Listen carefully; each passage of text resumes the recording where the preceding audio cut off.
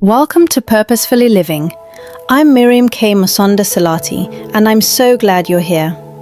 Today is special because you're not just listening to another episode, you're stepping into a journey of meaning, purpose, and legacy. This episode is based on my book, Identifying Your Purpose, A Journey of Meaning and Legacy. And the goal is simple: to help you understand why you exist, what you carry, and how to turn your calling into daily action with faith, wisdom, and real-life clarity. And because purpose is not something we discover alone, today I have two guests joining me, and together they're going to walk you through this episode with insight, honesty, and practical tools that will strengthen your faith and sharpen your direction.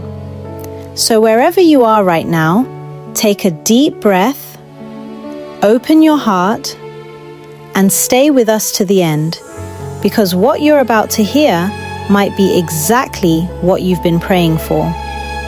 Enjoy, and here are my guest speakers. Here's something that blew my mind. Research shows that 92% of New Year's resolutions fail by February, yet we keep making them year after year. Today we're exploring why humans are masters at planning but terrible at doing. That's fascinating because it connects directly to what neuroscience tells us about dopamine and reward pathways. Our brains actually get more excited about the possibility of reward than the reward itself. And this is where most people get stuck in their journey toward any meaningful change. The planning phase gives us this immediate hit of satisfaction without requiring any real work. Recent studies from Harvard showed that just writing down goals activates the same pleasure centers as achieving them. You know what this reminds me of? Those cooking shows where everyone loves watching master chefs create amazing dishes, but then they go home and order takeout. We're substituting vicarious experience for actual experience. That's exactly right. And it connects to something deeper about human nature. The latest psychological research suggests we've become excellent consumers of information, but increasingly poor executors of action. Think about how many people read fitness articles while sitting on their couch. So, what's actually happening in our brains when we choose planning over action? Well, here's where it gets really interesting. Neuroscience shows that planning activates our brain's reward center immediately, while action requires engaging our prefrontal cortex, the part responsible for executive function and self-control. It's literally easier for our brains to plan than to do. That makes me think about what James 1:22 says about not merely listening, but doing. It's like ancient wisdom predicted our modern content consumption habits. Exactly, and modern psychology backs this up completely. Studies show that successful action takers have actually trained their brains to find satisfaction in completion rather than just planning. They've rewired their neural pathways through consistent practice. That connects with identity-based habits and how they reshape our behavior patterns, doesn't it?